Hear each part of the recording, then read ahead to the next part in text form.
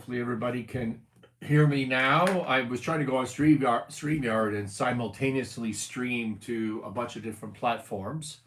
And as I was getting set up, it did not work very well. The audio didn't work. I'll have to work on that afterwards. Good morning, by the way. Mornings with Scott on the Winning Momentum podcast. Oh, good coffee. I also had to run up and get myself a coffee. But anyways, we're just doing this on YouTube.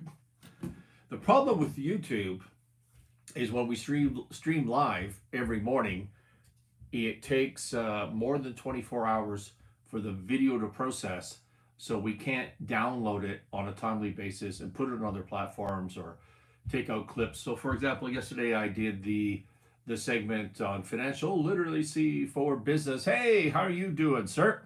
Good to see you on the live. And so we can't extract that till the next day, so that's just shit. Anyways, we're going to work on getting that StreamYard working, but today we will be on just YouTube.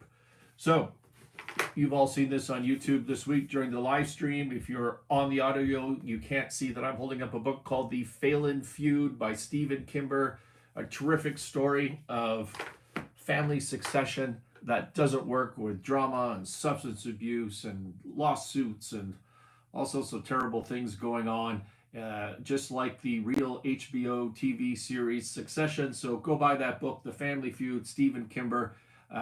We interviewed him. You can listen to the episode maybe a week or two ago on the Winning Momentum podcast. You'll see it there.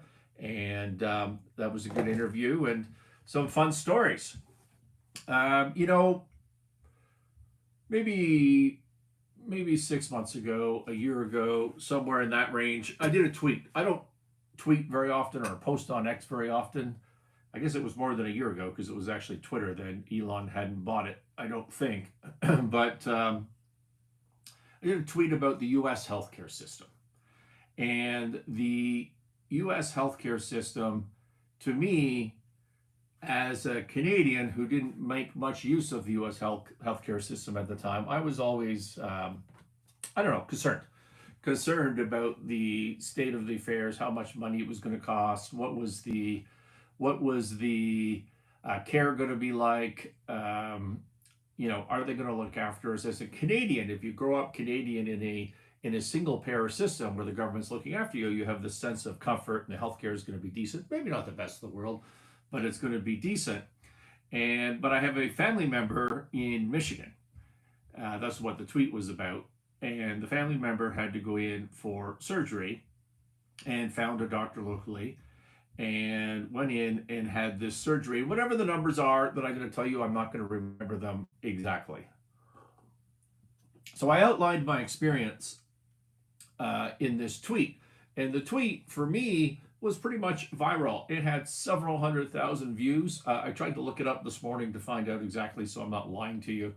But it had several 100,000 views, which for me was viral. Tons of likes and comments on it. It doesn't hurt that it was retweeted by Don Jr.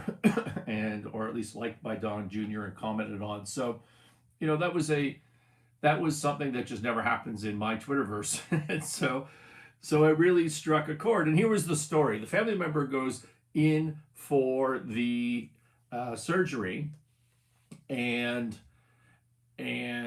at the end of it, the hospital says, again, I'm going to make up these numbers, says, well, it's going to be, what's your insurance?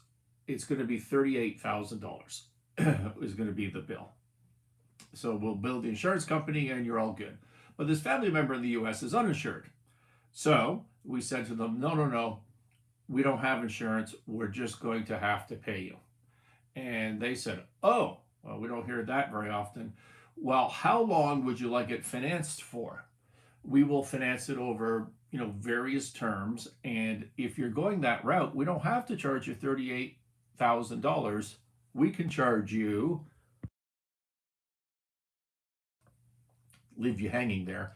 We can charge you $18,000 instead of $38,000. So they wipe out $20,000 off the bill just because they're not going to the insurance company.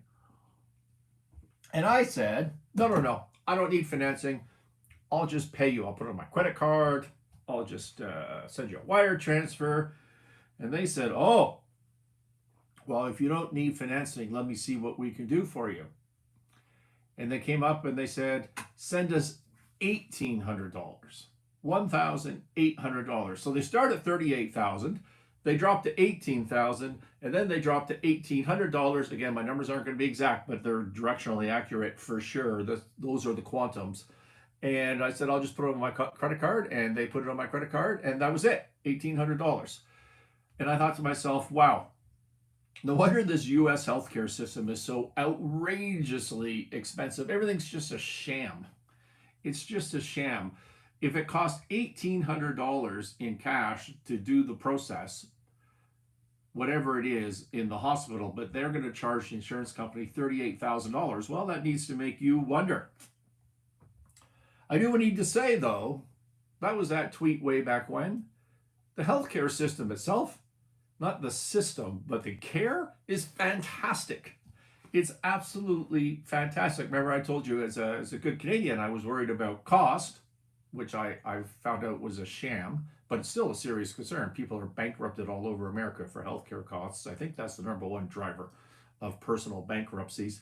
And so I was worried about that, but I was worried about the quality of care. Well, the quality of care is outstanding.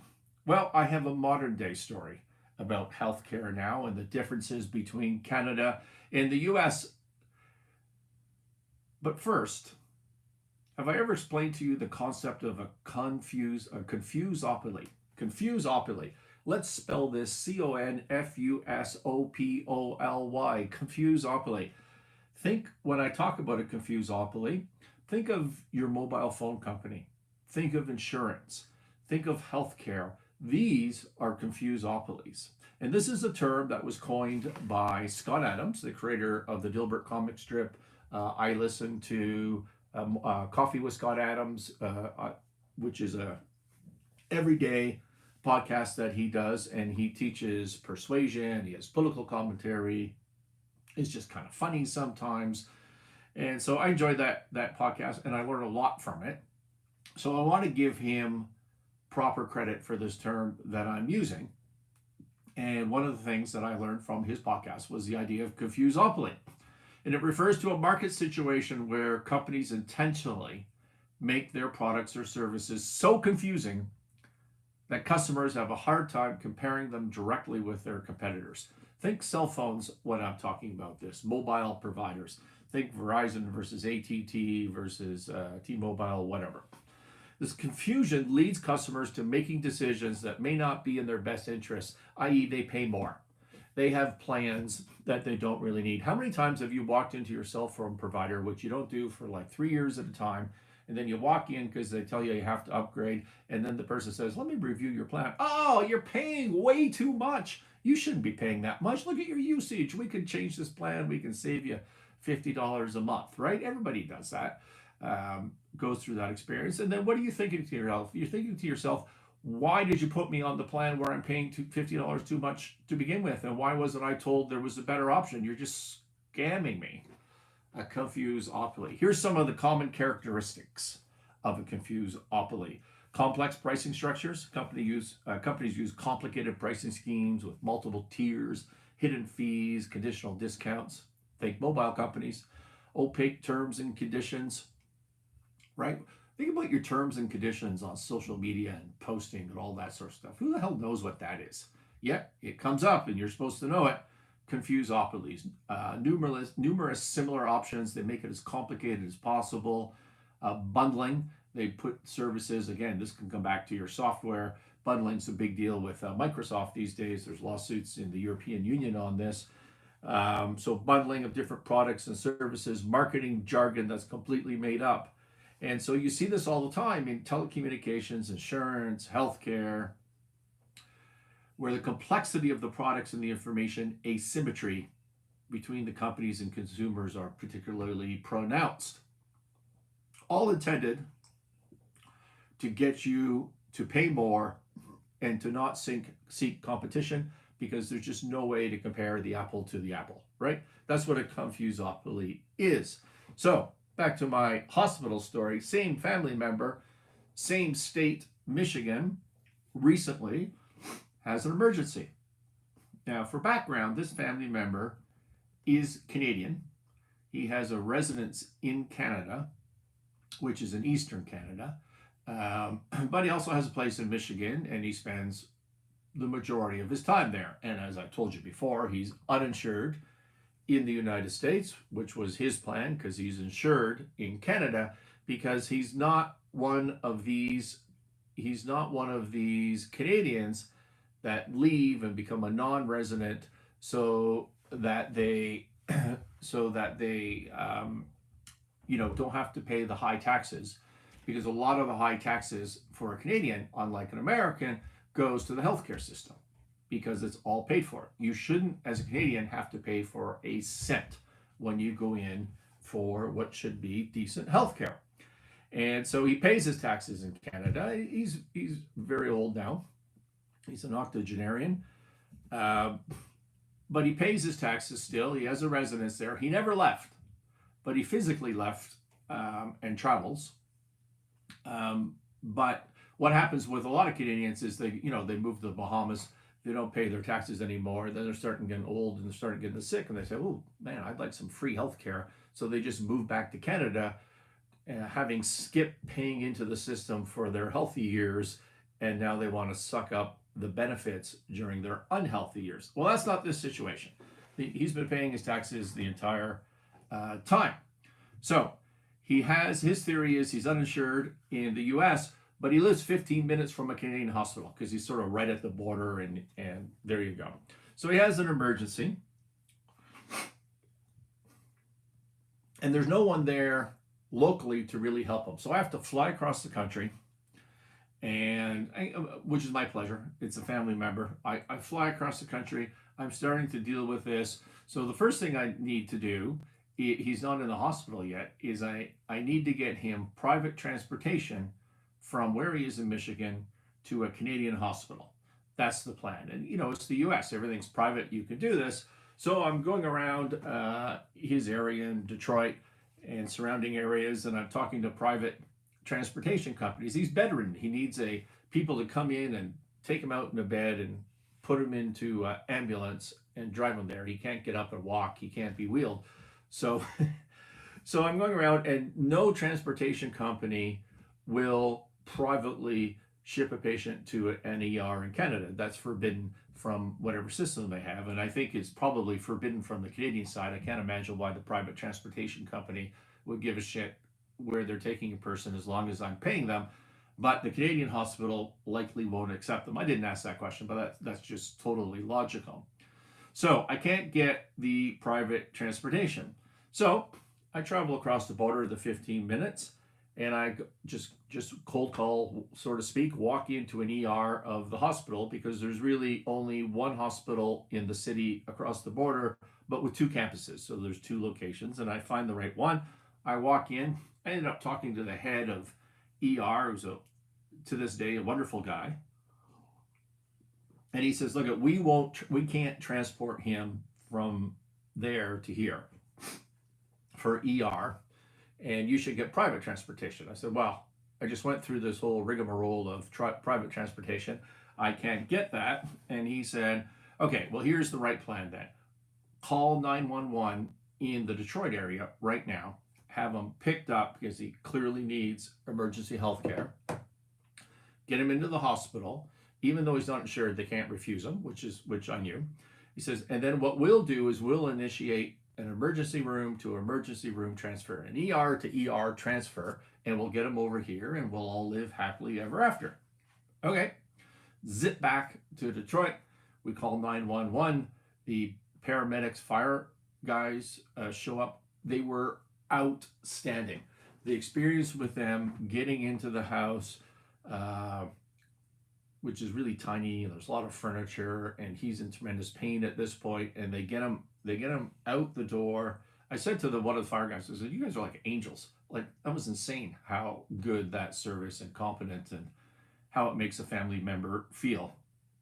So they get him to the hospital, to emergency. Specialists come in, and they're, he needs surgery like right now, not half an hour from now. He needs it right now. And he had deteriorated pretty quickly during this situation. So he has surgery, And the hospital across the bridge into Canada is aware of this because I'm emailing this fellow that I connected with, and this is what's going on. And so as soon as he's discharged from the surgery, which doesn't mean he's not still bedridden and need a lot of care, but as soon as he's stable from that surgery, ER to ER transfer, we are good to go. So we go through he goes through the surgery, it goes well. Next morning, he is discharged, but still bedridden, as I expected. So I'm contacting Windsor, and Windsor says, "Great." Windsor, sorry, being the city across the border, and they reach out to their administrative department to get it moving. Now they ask a million questions and send in his ID and this and that. Why was he in America? Why isn't he insured there?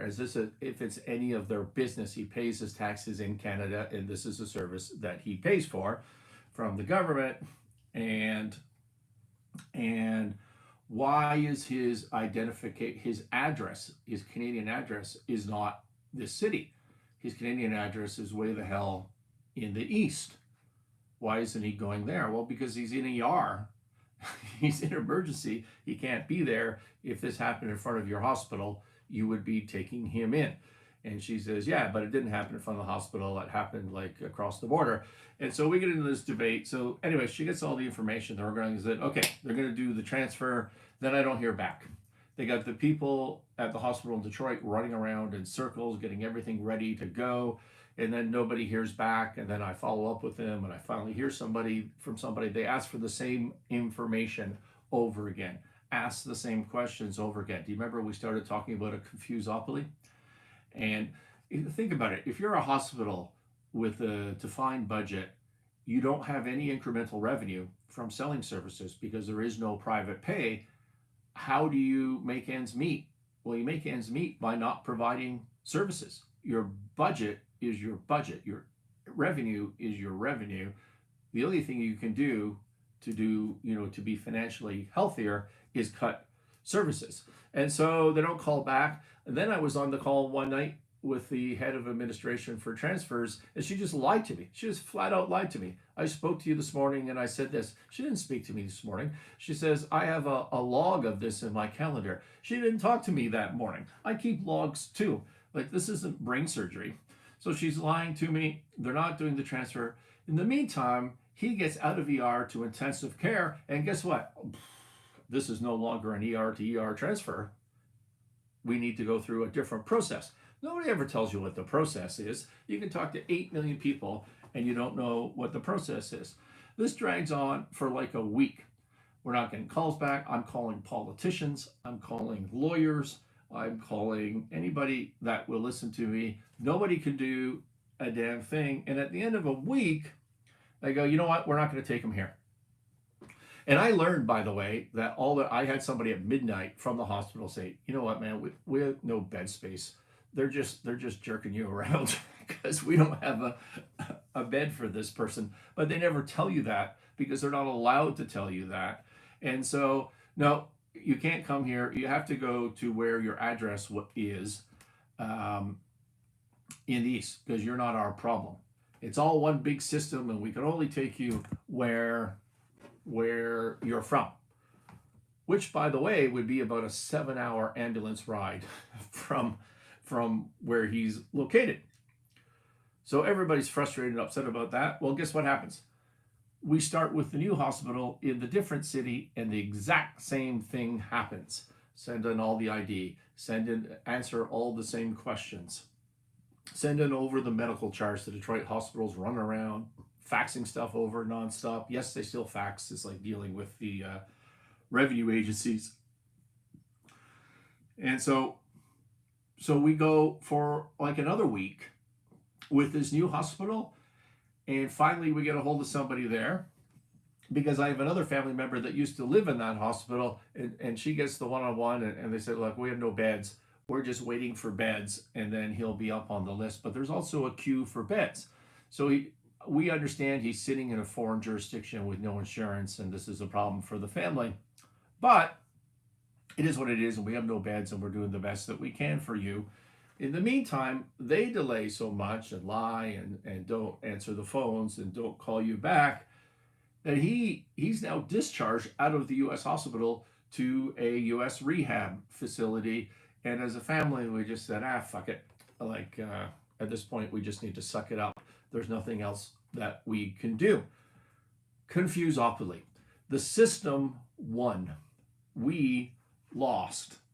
And even though in Canada you pay your taxes, you have a system, this Confusopoly got them off the hook. They did not have to allocate a bed. They just purposely screwed us out of the services that he has been paying for. So if you U.S. listeners, of which I have a lot, majority actually, this is primarily a U.S. show, U.S. people looking for a single payer system to increase coverage and do the right thing. Well, I've just described to you what a single payer system does for you. The care is not good. The motivation, the incentive, whereas, by the way, the care in Detroit was outstanding. Every single person in that hospital was amazing. I can't put enough words to it. Maybe if you're an American and you're used to that, you can start nitpicking on that. But holy shit, for me, that was incredible. Incredible service. Not a happy situation, but incredible healthcare service. And so the incentive in a single payer system is to provide no services because that's the only way that you can make ends meet. You can't get more revenue. You got to cut costs. Same in your business, same in your personal budget. That's the only way to roll. How do you cut costs in that situation? Don't provide services. Don't allocate a bed. And that's what exactly they did. But they don't tell you that up front. Instead, they created Confusopoly to get the same effect, and to hell with you. That's exactly what happened. I'm still talking to the politicians and the lawyers. I'm gonna try to not let this stand, but here's the fact. No one cares. No one cares on the politics side. There's probably no legal recourse, so we can go through the motions, but we'll lose at the end of the day. And I don't, I'm not really into being political about it, but it's not good. And so if you're a U.S. and you're thinking about changes to your healthcare system, consider that. Consider that this is where you end up. You know that most Canadians, new Canadians, cannot get a doctor. There are no doctors available. If you move communities like I did, I moved from the east to the west. What do we got here? Someone on the top of the totem pole is making and changing rules as they go on. The people below and are just following directions. It's I lost it. I lost the end of that. But yes, I think you're exactly right on where that comment was going. And so you can't even get a doctor. So I moved out to the west here. I'm just about a half an hour north of Montana in the mountains for you Americans. I got my mountainous forest here on my t-shirt. And so I couldn't get a doctor. And I didn't want a doctor in this community. I'm not happy with the state of healthcare here. So I drive 4 hours to a larger city where I have private care that's fantastic. And so that is the state of the Canadian healthcare system compared to the U.S. Healthcare system. And as you go through your business with your suppliers, supply chain, things that you're doing, if you can recognize a Confusopoly right up front, you're going to make better decisions and you're going to waste less time. I have no idea what I could have done differently in this situation, so I don't know that I would have made a better decision, but at least I wouldn't have counted on the system coming through. I should have known better. I should have known they were just going to try to screw me, which is what they did. And so there's my story on Confusopolis. Those are all of my prepared remarks for today. Look at it. I started this Tuesday, and I'm trying to see if I can do a Monday to Friday, 8:30 a.m. Mountain Time, so 7:30 Pacific, 10:30 Eastern live stream. I did it Tuesday, Wednesday, Thursday, Friday. It seems to be going pretty well. I just did it on YouTube, where my main channel is for the Winning Momentum podcast, and I tried to expand that to the other platforms today. The technology doesn't work, so did not work, but it will. I'll try to improve that today. But the point being, subscribe, follow, and join us and add some comments in so that we can make this a community. That's the goal of making this a community so that, and remember, go to thescottsinclair.com, thescottsinclair.com, sign up for the newsletter, follow all the content there. The whole idea is to earn more profit and raise more capital. That's what we talk about here. Understand Confusopolies might be a part of that. It's been a great week. Thank you, everybody, for listening. We'll see you Monday.